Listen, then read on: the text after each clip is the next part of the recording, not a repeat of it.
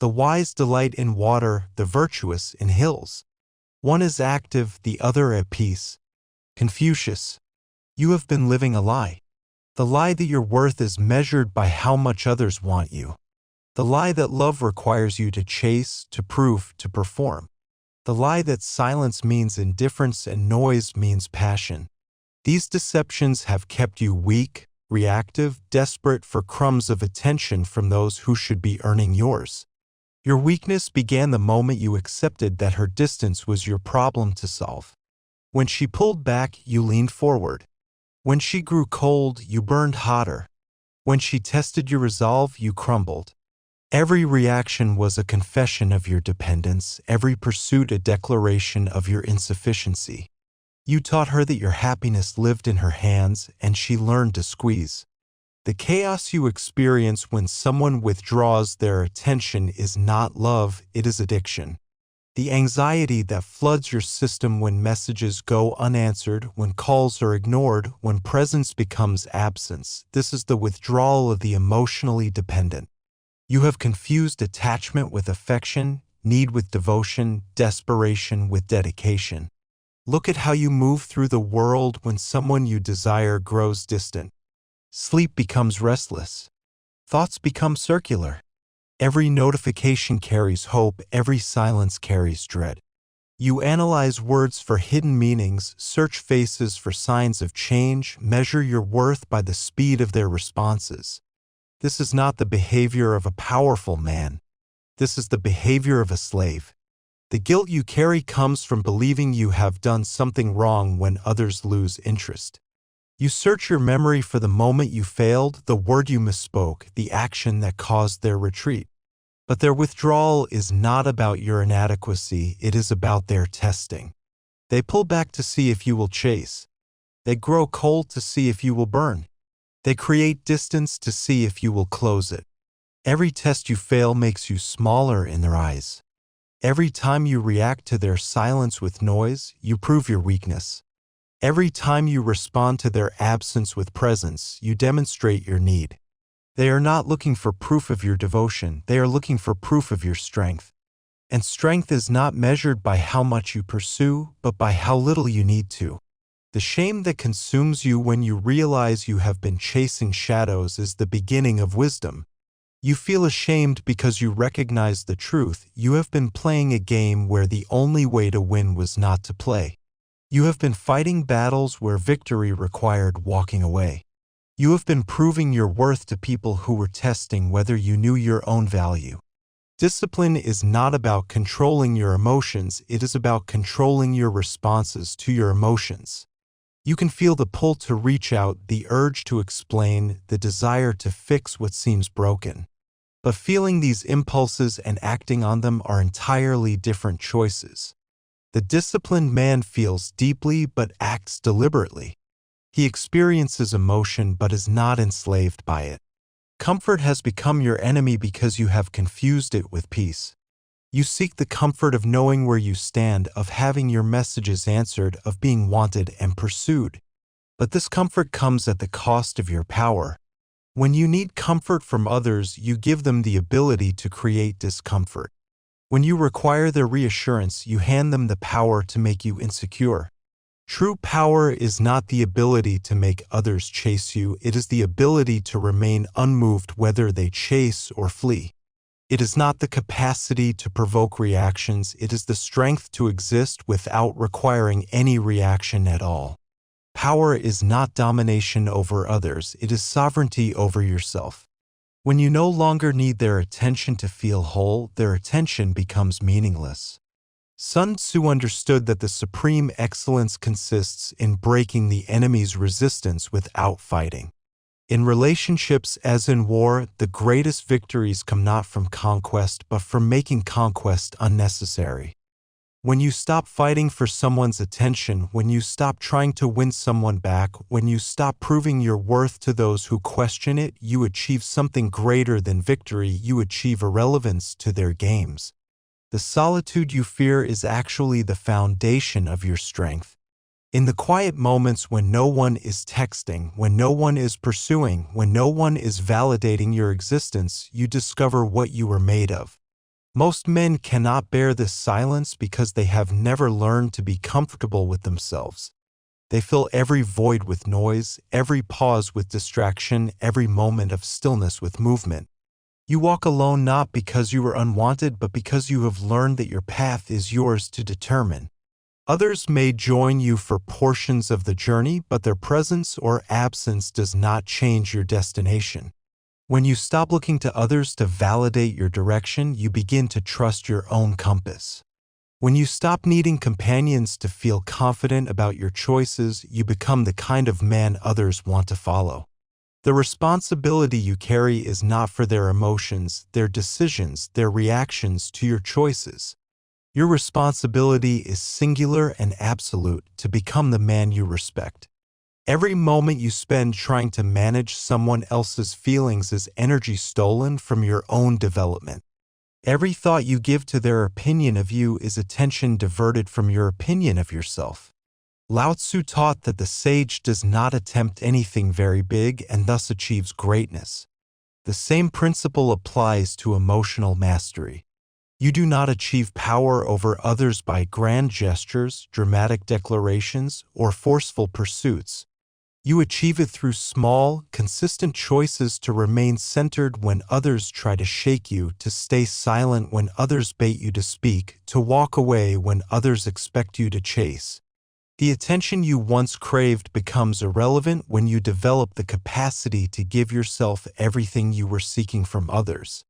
Validation becomes unnecessary when you learn to validate yourself.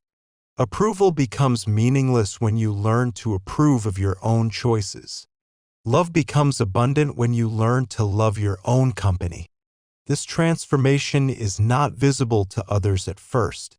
They still expect the old patterns, the familiar reactions, the predictable responses to their tests.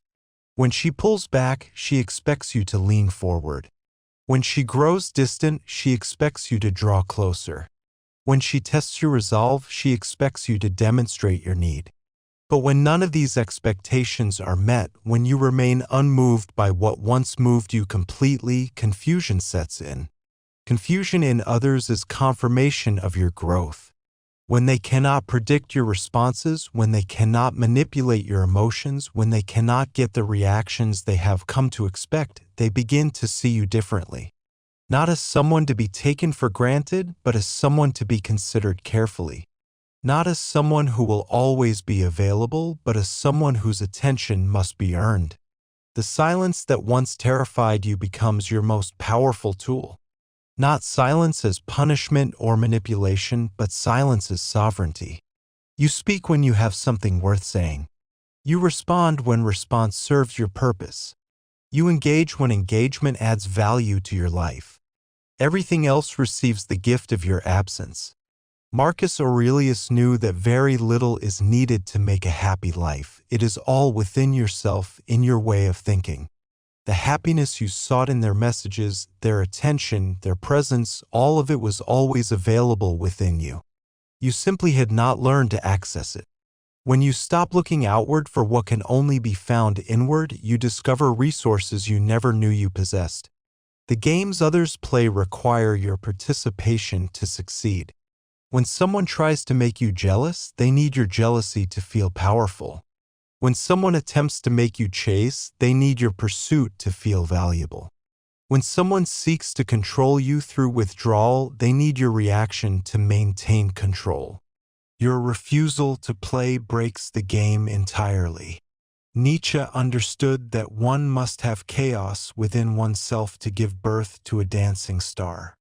The chaos you feel when others test you, when they pull away, when they force you to choose between your dignity and your desire, this chaos is not your enemy. It is the forge in which your character is shaped. Every time you choose dignity over desperation, you become stronger. Every time you choose silence over pleading, you become more powerful. The patterns you recognize in others reveal more about you than about them. When you see clearly how they test, how they withdraw, how they create distance to measure your pursuit, you begin to understand the game that has been played with you. This understanding brings a choice. Continue playing by their rules or create your own. The powerful man always chooses the latter. Your energy is finite and precious.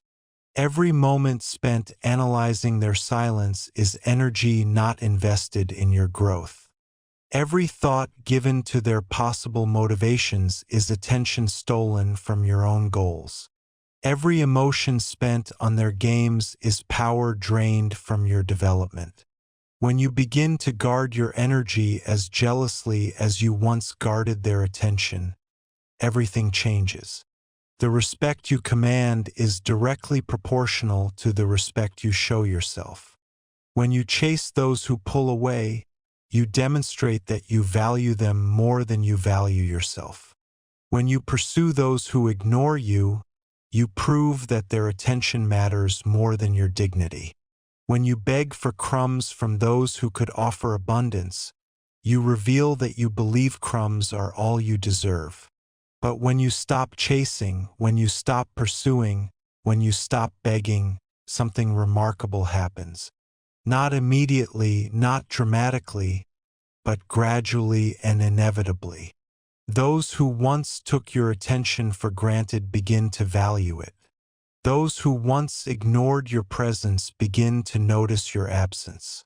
Those who once tested your limits begin to respect your boundaries. This is not manipulation, this is natural law. People value what they cannot easily obtain. They respect what they cannot control. They desire what they cannot predict. When you become unpredictable through genuine self-possession rather than calculated games, you develop an irresistible gravity that pulls others toward you without any effort on your part. The transformation is internal before it becomes external. First, you stop needing their validation to feel worthy. Then, you stop seeking their attention to feel seen. Finally, you stop requiring their presence to feel complete. This progression from dependence to independence to interdependence is the path every powerful man must walk. The lessons come disguised as losses. Every person who walks away teaches you something about yourself. Every relationship that ends reveals patterns you need to break. Every rejection shows you where you have been seeking externally what can only be found internally. When you learn to see these experiences as education rather than failure, you begin to welcome them rather than fear them. The strength you develop through these trials is not brittle like pride or fragile like ego. It is flexible like bamboo, able to bend without breaking, to adapt without compromising core principles. This strength does not need to prove itself through dominance or demonstrate itself through force. It simply exists, quiet and unshakable, visible to those with eyes to see. The solitude that once felt like punishment becomes a sanctuary. In the quiet spaces between relationships, between pursuits, between external validations, you discover the richness of your own company. You learn to enjoy your own thoughts, to appreciate your own perspective, to value your own judgment. This internal wealth makes external poverty impossible. The fear of being alone that once drove you to chase the wrong people, to accept poor treatment, to compromise your standards. This fear dissolves when you learn that alone and lonely are entirely different states. Alone is a circumstance. Lonely is a choice. When you learn to be complete within yourself, you can be alone without being lonely, independent without being isolated. The cycles of pursuit and withdrawal that once controlled your emotional state become visible as the patterns they always were. She pulls back, expecting you to chase. You remain still. She tests your resolve, expecting you to break. You stay centered. She creates drama, expecting you to engage. You stay focused on your own path. Each time you refuse to play the expected role, you become more unpredictable and therefore more powerful. The victory is not in winning them back, it is in no longer needing to. The triumph is not in making them chase you, it is in being complete whether they chase or flee. The success is not in controlling their behavior, it is in mastering your own responses. When you understand this distinction, you graduate from playing their games to creating your own reality. The man you are becoming will not recognize the man you are now. He will see clearly what you currently see through the fog of need and reaction. He will move with purpose where you now drift with uncertainty. He will command respect where you now beg for approval. He will create attraction where you now chase attention. This transformation is not automatic. It is earned through daily choices to act from strength rather than weakness. Your past attempts at connection through pursuit have taught you valuable lessons about what does not work. Every time you chased and lost, every time you pursued and was rejected, every time you proved yourself to someone who was unworthy of the proof, these experiences were not failures but education. They showed you the futility of seeking validation from those who are incapable of giving it. The shift from external to internal validation is the most important transition you will ever make. For most of your life, you have been trained to look outward for confirmation of your worth. But when your sense of worth depends on others' reflection, you become vulnerable to every shift in their attention, every change in their opinion, every alteration in their mood. Internal validation operates by different rules. It is not subject to the whims of others. It does not fluctuate with external circumstances. When you learn to validate yourself, when you develop the ability to recognize your own worth independent of others' opinions, you become unshakable. Not because you stop caring about others, but because you stop needing their approval to care about yourself. The emotional freedom that comes from this shift is intoxicating. When you no longer need others to validate your choices, you make better choices. When you no longer require external approval to feel good about yourself, you feel good more often. When you no longer depend on others' attention to feel worthy, you become worthy of better attention. Relationships become healthier when they are chosen rather than needed. When you engage with others from a position of fullness rather than emptiness, you have more to offer and less to lose. You can be generous because you are not desperate.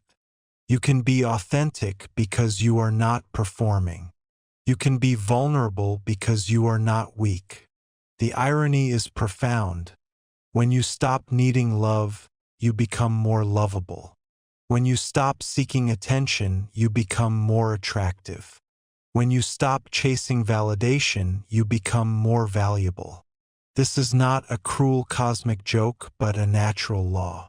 People are drawn to wholeness, repelled by neediness. They respect strength, dismiss weakness. Your availability was common. Your attention was freely given. Your validation was easily earned. By making yourself scarce, by making your attention valuable, by making your approval something to be earned rather than expected, you transform from common to rare, from dismissed to desired. The process of becoming rare requires strategic withdrawal from the marketplace of constant availability. You must learn to say no more often than you say yes. You must learn to be busy with your own pursuits when others expect you to be available for theirs. You must learn to value your own time so highly that others begin to value it as well. The boundaries you set will be tested immediately and consistently.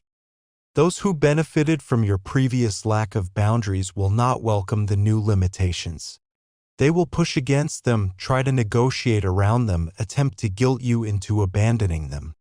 Your consistency in maintaining these boundaries despite pressure is what establishes your credibility. The testing never stops, but it does change in character. Early tests are often crude attempts to provoke a reaction. Later tests become more sophisticated, designed to appeal to your emotions or your ego. The most advanced tests come disguised as emergencies, as genuine need, as opportunities too good to refuse. Your ability to recognize and resist these tests regardless of their sophistication determines your level of mastery. The habits that support emotional independence are simple but must be practiced consistently. You wake up and set your own mood rather than checking your phone to see if anyone has set it for you. You make plans based on your own interests rather than your availability to others. You invest your energy in your own growth rather than managing others' emotions. These habits create a momentum that becomes self-sustaining. Each day you practice emotional independence makes the next day easier. Each choice you make from strength rather than weakness builds your capacity for future strength. Each time you choose your own path despite pressure to follow others, you deepen your trust in your own judgment. The confidence that emerges from this evidence-based identity is qualitatively different from confidence built on others' opinions or external circumstances. It cannot be shaken by criticism because it is not dependent on approval. It cannot be diminished by failure because it is based on character rather than outcomes. It cannot be stolen by others because it exists independently of their recognition. This unshakable confidence becomes attractive in ways that manufactured confidence never could. People sense the difference between someone who is performing confidence and someone who genuinely possesses it. The performer needs constant validation of his act. The genuine article needs nothing from the audience. This needlessness is what creates the magnetic pull that draws others toward you without any effort on your part. Being yourself becomes possible only when you stop trying to be what others want you to be. The energy you once spent monitoring others' reactions, adjusting your behavior to their preferences, performing versions of yourself designed to please, all of this energy becomes available for actual self-development. You discover interests you never knew you had, develop talents that were dormant, explore aspects of yourself that were hidden behind the mask of people-pleasing. The right people are those who appreciate authenticity over performance, substance over flash, character over charisma. They are drawn to your genuineness because they value it in themselves. They respect your boundaries because they have their own. They admire your independence because they are independent themselves. These are the people worth connecting with, worth knowing, worth keeping in your life. The wrong people reveal themselves quickly when you stop performing for their approval. They become frustrated when their games don't work. They grow angry when their tests fail. They lose interest when you stop providing the drama they crave. Their departure is not a loss, it is a liberation. Every wrong person who leaves makes space for the right person to enter. The principles are simple: value yourself appropriately, protect your energy fiercely, choose your battles wisely, maintain your standards consistently, and never compromise your core identity for temporary comfort or acceptance. These principles, when applied consistently, create a life of increasing quality, deepening satisfaction, and genuine fulfillment. This is your choice and yours alone. You can continue living at the mercy of others' moods, opinions, and decisions. You can keep playing games where the only way to win is to care less than the other person. You can remain trapped in cycles of pursuit and withdrawal that leave you exhausted and empty. Or you can choose something different. You can choose to become the man who walks away from anything that requires him to be less than he is. You can choose to become untouchable. The time for explanation is over. The time for justification has passed. The time for seeking permission to value yourself has ended. The time to become the man who needs no permission has begun.